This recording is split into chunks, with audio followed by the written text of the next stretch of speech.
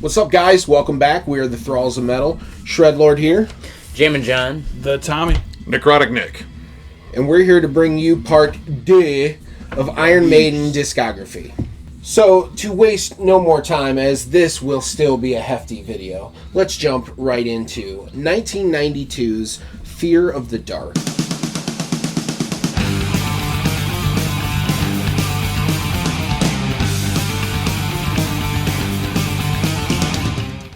Now, for me, this was a cool album because it got a little bit more, a darker overtone, a little bit more, it didn't sound as cheesy to me, I guess. I still wasn't crazy about this album, but I thought they were on the right track. I think the song Fear of the Dark is one of my overall favorite Iron Maiden songs. It's a damn good song. It has everything you want in an Iron Maiden song. It's got the great guitar riffs, it's got the epicness, it's got the chorus that just kicks ass, everything you need. So, while it wasn't a home run to me, at least, it was still an improvement over No Prayer for the Dying. So for that, I think it's pretty cool. What do you think, John? Overall, I think for me, actually we ranked this in the same spot. This was number 12 for me as well. The song "Be Quick or Be Dead," that song rips. That's a great song too. That's a great song. That's a great track to open an album with. And then again, the last song, "Fear of the Dark," great song.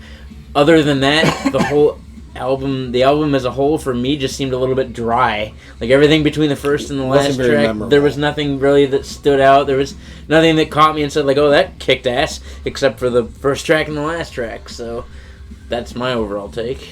Tommy, what'd you think, man? Yeah, I had this one pretty low. I had it at number 14. You know, there was some good parts on this album. Lots of shred on this album, which was cool. Childhood's End had some good drums on it. It was proggy, thrashy, but it still felt pretty low for me. It was not very memorable. I had a number 14 as well. Honestly, like Be Quick or Be Dead and Fear of the Dark pretty much saved this one from being near the bottom. Weekend Warrior might be one of the dumbest songs they've ever written. I cannot stand that song. Agreed. Wasting Love was a good attempt at a first power ballad. It's okay, but it's not one I would go back and listen to. I thought Fear's the Key. I liked it just because the subject matter was written after Freddie Mercury died and they were good friends with them. And it was all about the whole AIDS epidemic. But, I mean, it's not a great album. It really, like, there's a lot of filler on here. And it's really long, too. So you're stuck with a lot. Like, honestly, like, everything between The Fugitive to Fear in the Dark, you can just go Fugitive and just skip to Fear of the Dark because all those songs in between are not great. Onward to 1995's The X Factor. Falling down, falling down, falling down.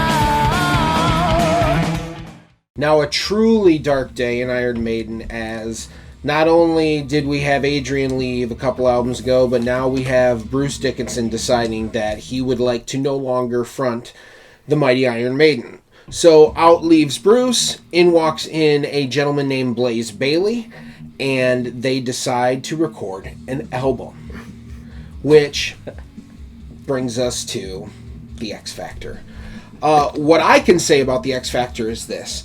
While I think musically I enjoyed it, I didn't feel the album was very energetic or inspired, and I definitely am not a fan of Blaze Bayley's vocals. And it's not even anything against Blaze. When Bruce Dickinson is one of the greatest singers of all time, so like anybody going up in those shoes was going to be really hard to cover. The biggest shoes to fill. I just didn't think that those vocals or his style of singing just lent itself well. He tried to do the Maiden thing, and I just don't think it was a good fit. So for me, it's pretty damn low on my list. I believe I ranked it number 14. The saving graces is, I think, Sign of the Cross.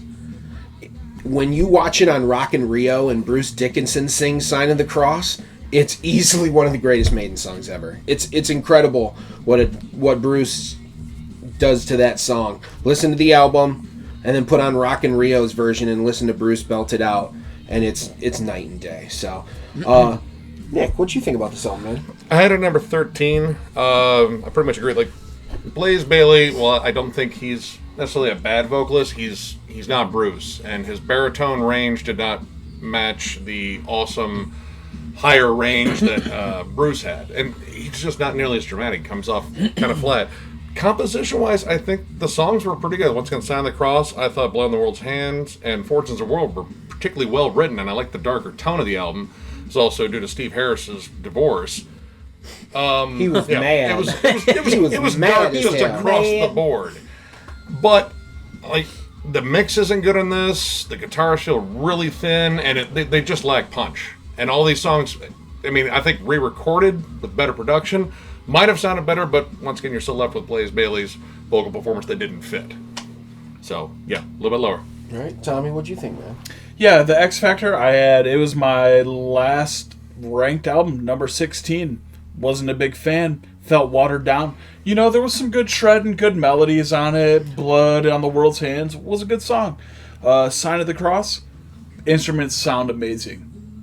The vocals, it just fell in last place for me. John, what'd you think, man? Yep, this was also on my end of the list. This was my number 16 as well. I mean, really trying to fill the only props that I can give to Blaze Bayley was not his vocal performance. It was the fact that he attempted to step in and fill Bruce Dickinson's shoes, which he kind of failed at. Nothing against the man personally, but I mean, overall, it made this record sound kind of generic. Really, the vocals were that bad for me that it killed it. Like it made it tough. It made it tough to even really listen to the album. Like I made it through the first couple tracks, and I was like, well, in the grand scheme of things, I have to keep listening because I have to keep listening. So, and it just. I couldn't do it. I legit couldn't even finish the album. I was just like, this is bad. And nothing against Iron Maiden, Again, the instrumentation wasn't terrible, but the vocals killed it. The 90s were rough on a lot of metal bands, and Maiden was no exception. They got hit pretty hard in the 90s. I mean, what are you going to do? 16 albums, if you got one... Then you're doing all right. Right, exactly. If you got a couple accidental shit fests, you're still doing okay. Sorry. All right, moving on to 1998's Virtual XI. It's a time rock would be, it's a land rock would change. Ancestors could hear what is happening now. They would turn in their graves, they would all be ashamed. Virtual XI would be the last album with Blaze Bayley at the vocals. And for me, this is the least listenable Iron Maiden album, and it's not even close. Agreed. Also agreed. I don't care for the songwriting. I definitely don't care for the vocals, and I just felt like overall it was really uninspired and just more of buck to the trend at the time. So, John, what'd you think, man? It was my number 15. For me, personally, it could have been B-sides to the X Factor. That's, again, how really nothing stood out in my opinion. And again, the vocals. I'm sorry, Blaze Bayley. I really am, bud. You tried. It was a good try. But, again, that's my take. It could have been B-sides to fucking X Factor. Tommy. Yeah, I had this album pretty low as well. I did at number 13. What can I say about the vocals that haven't been said yet? Well, that's not a word. There was still some good instrumentals. There was still some good melodies on this song. I will say that it felt watered down at a lot of times. It didn't really feel authentic. Didn't really feel like Iron Maiden a lot of times. And how bad was the last track, Como Estas, Amigos? Yeah. Oh my God. You want to talk about it? No. Nope. Let's just not talk about it. Nick, would you like to reinforce everything we've said so far? Dead fucking last on my list. He said dull, watered down. Definitely true. Cheesy keyboards on Angel. The Klansmen's a cool tune. The Klansmen had... Once again, it's better when Bruce sings it, though. That one had some possibilities. Even Lightning Strikes Twice had some cool moments. It's a nice bridge on Don't Look in the Eyes of a Stranger. But Jesus, man, this is the definition of underwhelming.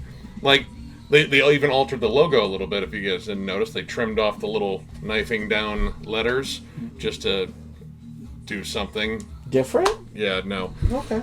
It just sounds flat. It just like the most uninspired sounding thing they've ever released. Like they were putting out an album to put out an album because there's probably some deal with the record label. Listen, you signed on the record label for this many albums. We need one. It's like here we go. They try to tie it in with what World Cup or something like that, or some soccer. Yeah, event. And the Ed Hunter game. Yeah, and that's right. It did not do well. No. And people were in love with Blaze Bayley on the first one. What they think was going to happen on the next one. Like, he just And the doesn't fit. music was slightly better than X Factor, but in my opinion, not enough to save it. I don't think they wrote like really any catchy choruses. Like the Klansman had a kind of a catchy one, but most of the choruses fell flat. And none of the songs are really memorable. The song "Future Real" had some okay instruments on it. It just doesn't stick in my head. I was glad to be done with this. All right. 2 years later, the sun is shining. It's a glorious day. Why, you ask? Because Bruce Dickinson and Adrian Smith both decide that it is in their best interests to take their happy asses back to Iron Maiden. Thank fucking God.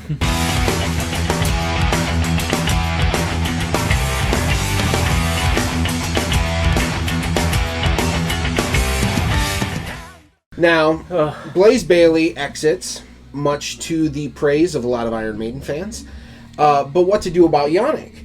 So this introduced an interesting dynamic to the band. You know, Yannick was a nice addition to the band and, you know, was a great team player and everybody got along with him great. So they decided that, hey man, there's no reason for him to leave.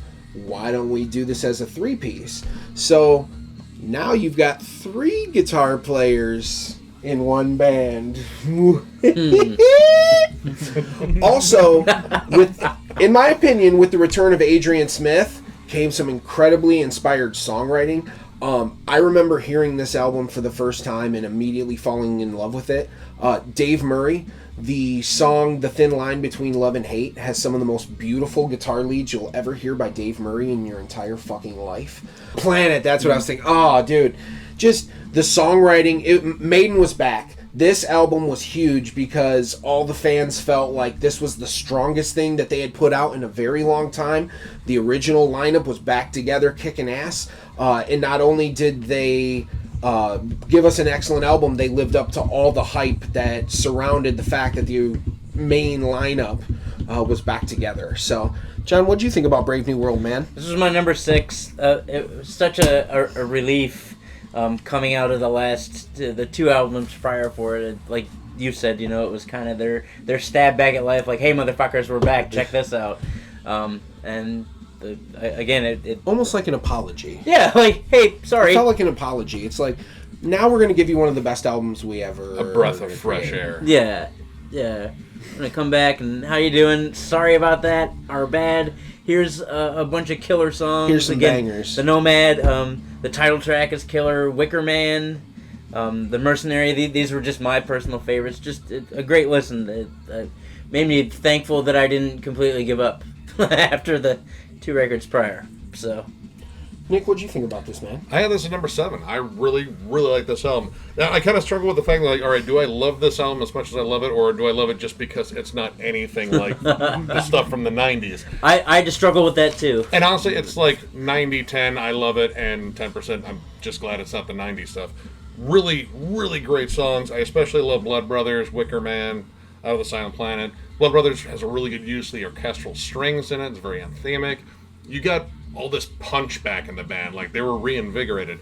My only knock is it might be a tad overproduced. Like there's a lot of stuff on there that's like, all right, this doesn't feel like the cool stripped down live stuff you get. But it's a great album. I love the song. Which was Kevin Shirley, by the way. The first album with Kevin Shirley producing the band. Yep. Tommy, what do you think about this album? Yeah, I thought this album was good too. I did it at number 7. You could really feel Bruce and Adrian coming back into the fold. You know, they definitely brought it and created a killer album.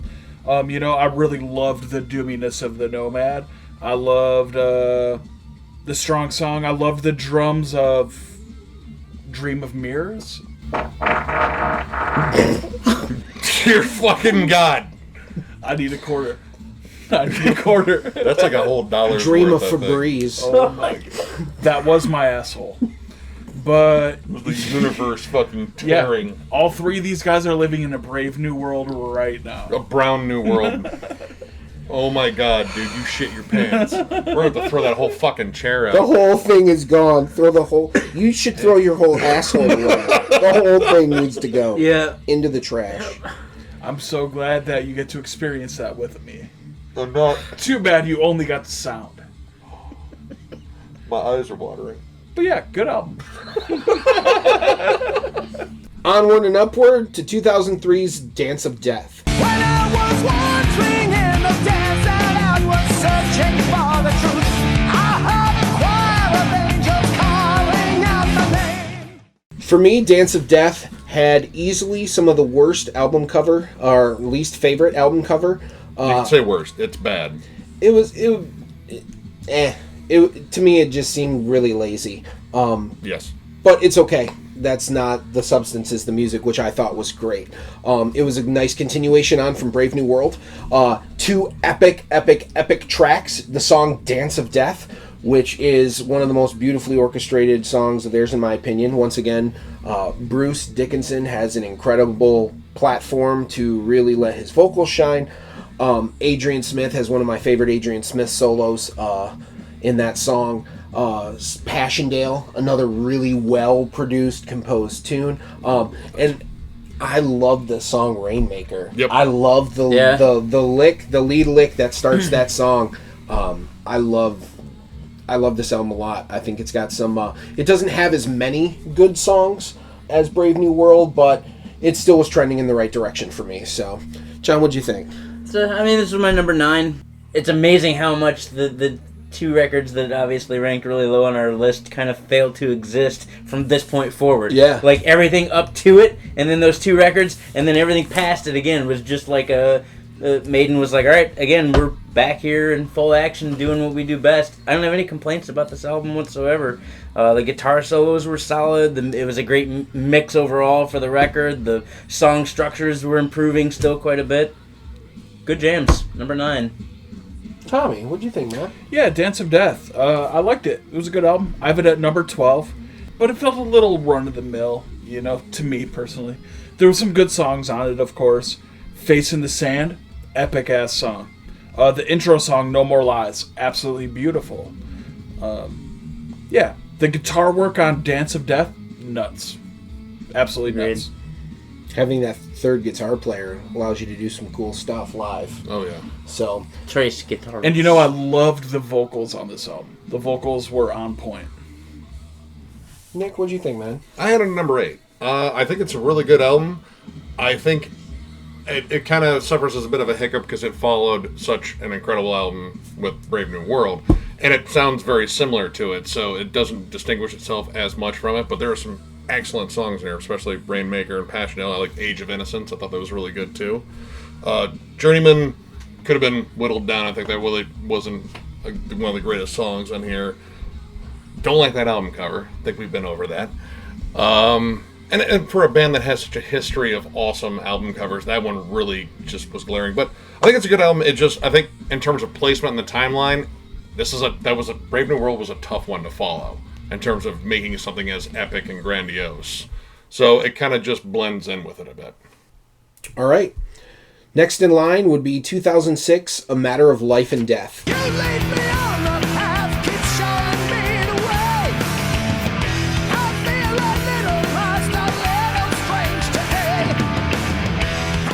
Continuing on the track of writing badass albums again, I really appreciate the production of this album. I believe, if I am correct, it was recorded live in Abbey Road studio. Unmastered. And Yeah, that's right. I think Yep. it sounded heavy as fuck. Yes, me too. I really enjoyed the album. Had the tank with all the skull, the Eddie type dudes or whatever as the soldiers. That was really cool. Zombies. There was Adrian Smith was doing some cool stuff, experimental stuff that I really hadn't heard him do before, like using Digitic whammies and shit in his solos. I'd heard him fuck around with that kind of stuff in Bruce Dickinson's solo stuff, like King and Crimson and stuff.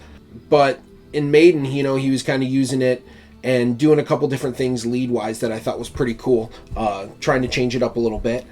The other thing that I really liked is there weren't as many good songs on here for me as memorable songs, I'll say, but the ones that I really like. Like These Colors Don't Run, I really love. Brighter Than 1,000 Suns is an excellent fucking jam. So there's some really good songs. I would say out of this and the two previous, this had the least amount of like really jams for me. But the ones that are jams, I really jam them. So it's a lot of jam. Sorry. Making jam. Making jam, brother. Hit me, Tommy. All right, I had this album at number 8. Killer album. I loved it beginning to end. I came in blazing with A Different World. Loved These Colors Don't Run. Awesome song. The Pilgrim. Another awesome song. You know, I loved all the different elements on this album. It was proggy, it was thrashy, it was groovy, it was power, it was metal all around. Great album. John, what do you think, man? This was my number 2. Overall, for this era of time, the mid-2000s, they had such a great beefy tone overall to this record. Sorry. Yeah? It's all right. You having fun down there? Yep. There was a great overall beefy tone to this album, and I like big, heavy guitars in metal. Big... And it was Beefcake. A big sounding record, and this Not was a like his huge ass sounding Beefcake. record. Not like his ass at all. Like my ass. I've noticed that Bruce Dickinson's vocals on this had more of a mid-range on them versus his normal high register. So it sounded like they were, I think, trying to experiment with some different sounds as far as that was concerned, too. But I just think this record is a great jam. In fact, if I didn't know at this point that it was Maiden, I would have... I might have even said it sounded more like a newer Judas Priest album, too. It had some really great moments in it. I love this album. Ass Master 2000. It's necrotic, Nick. You mispronounced it. Sorry. This is my number 4. I absolutely love this album. I love the fact that it's unmastered because outside of like listening to a live Maiden album, this really captures what they are live. I like the darker tone of it. It was a departure from the previous two, which had kind of a lighter tone and definitely the more polished production. This one, they did something that stood out. I really, really like that. Brighter Than 1,000 Suns, The Longest Day, For the Greater Good of God, all excellent songs. It's a little long, and that's kind of a trend that really continues from these next couple of releases too. Yeah. But it's well paced on this one. This one, it's not as overbearing as some of the others. All right, we're moving on. 4 years go by. In walks The Final Frontier. Gotta tell you a story on a cold winter's night. You'll be sailing for glory. Now, I remember the promotional stuff for this, and it was kind of cool because it has more of the space theme, Eddie in Space. Satellite 44 was a pretty cool opener, kind of weird. Definitely something Iron Maiden's really never done before, so it was kind of weird. They really started pushing the limits of their songwriting as far as the formats and even some of the writing. So Song length, too. Song length, for sure. Mm-hmm. I really like The Final Frontier. I think it has a lot of memorable cuts on it. Mother of Mercy, I really love Coming Home. I think that's a pretty cool track. El Dorado's okay, it had a really cool riff, I'll give it that, but you could tell it was the single of the album. Yes. But it was cool. But I really dug it, man. Maiden just keeps putting out bomb-ass albums, It's amazing that somebody now this is album number 15? Yeah. That 15 albums in, they can still write things that, it has the Iron Maiden sound, and that's what we want as Iron Maiden fans. It needs to have that core. But they continue to find ways to add things that are a little bit different here and there to keep it not being stale. And that's something I've always appreciated. Even as the albums went on, being like something as simple as the guitar tones, They're still really good and true to what they dig and what they like, but it's just a touch more modern, a little bit heavier and stuff. So they're not afraid to grow either as musicians and with their sound. So I like The Final Frontier a lot. What do you think, John? This is my number 8. I think to expound more on what you're talking about, the tone of, especially the tone of the guitars on this record, it sounded to me like they kind of retreated at least the mixing of the guitars back to an earlier register, back to almost around like the beginning of their career, like the guitar tones on Power Slave and Killers and Peace of Mind, that it had that more kind of gritty sound to it. So even though they were progressing in overall songwriting and, you know, made them longer, made them a little bit more elemental, like, I like the fact that they took the overall sound and the feel of the record, and even though it was a more modern day album, they took it and they pushed it back to the sound of the beginning of their career, which kind of reminded everybody, like, hey, this is what Maiden is, here's what we sound like, here's something that, you know, that we never left behind. That's what stood out to me the most in this album versus even overall any songs. Like, just the overall feel and sound of this album was a good retreat back to where they started while still making it something new. Tommy. Yeah, you know, 15 albums in and they're still making really original content. You know, it started off not really even sounding much like Maiden. It was really digitized. You know, it was cool. And it was them stepping out of their box, which, got to appreciate that. Yeah, I had this album at number 9. I liked the song El Dorado a lot. That was definitely my favorite track off this album. The bass is booming. Mm-hmm. It is. Mm-hmm. There it is. Comes back to Steve Harris. The bass is booming. Nick, what'd you think? I had it at number 11. I like the album. I think it runs a little bit long. I especially like the bridge on Isle of Avalon, where they really demonstrated some proggy touches. I thought that was really cool. And it's, again, what Noonan said, was the bridge between their classic sound and then a more polished sound and adding some proggier elements. It was pretty cool. It wasn't a big fan of Coming Home. Don't like that one. It feels kind of like a Motley Crue power ballad to me. But I like it. Overall, I think it's a pretty good album. I think it just kind of overstates its welcome with some really long songs on there that just, you know, you kind of lose interest after a while. All right, and last but certainly not least, takes us to 2015's The Book of Souls.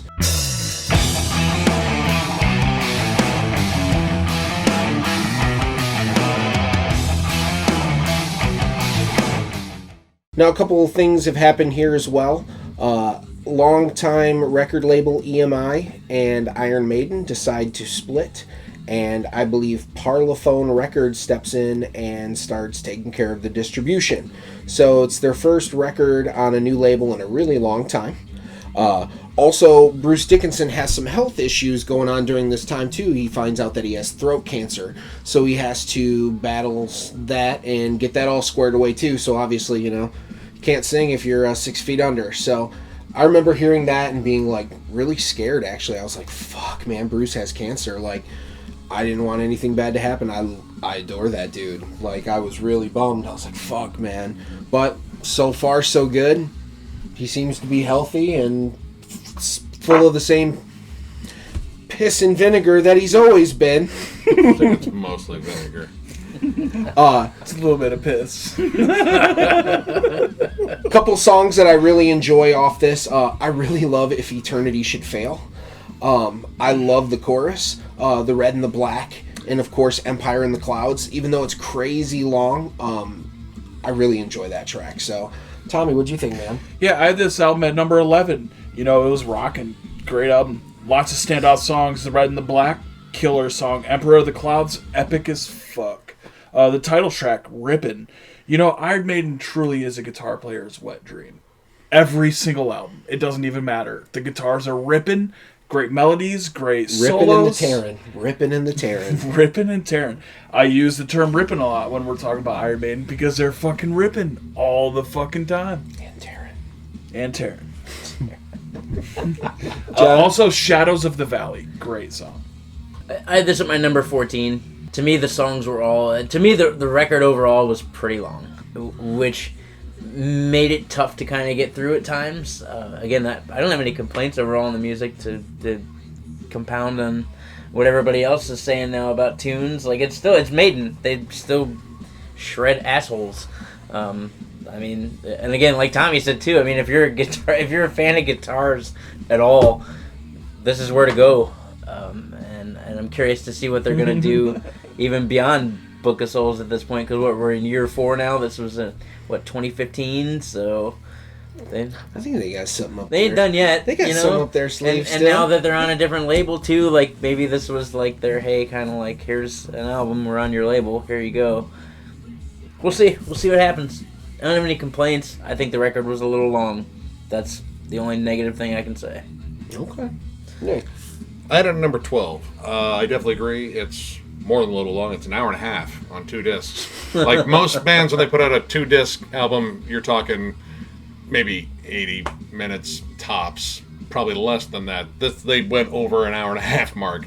If the longest song in their career, they got written with Empire in the Clouds, or Of the Clouds.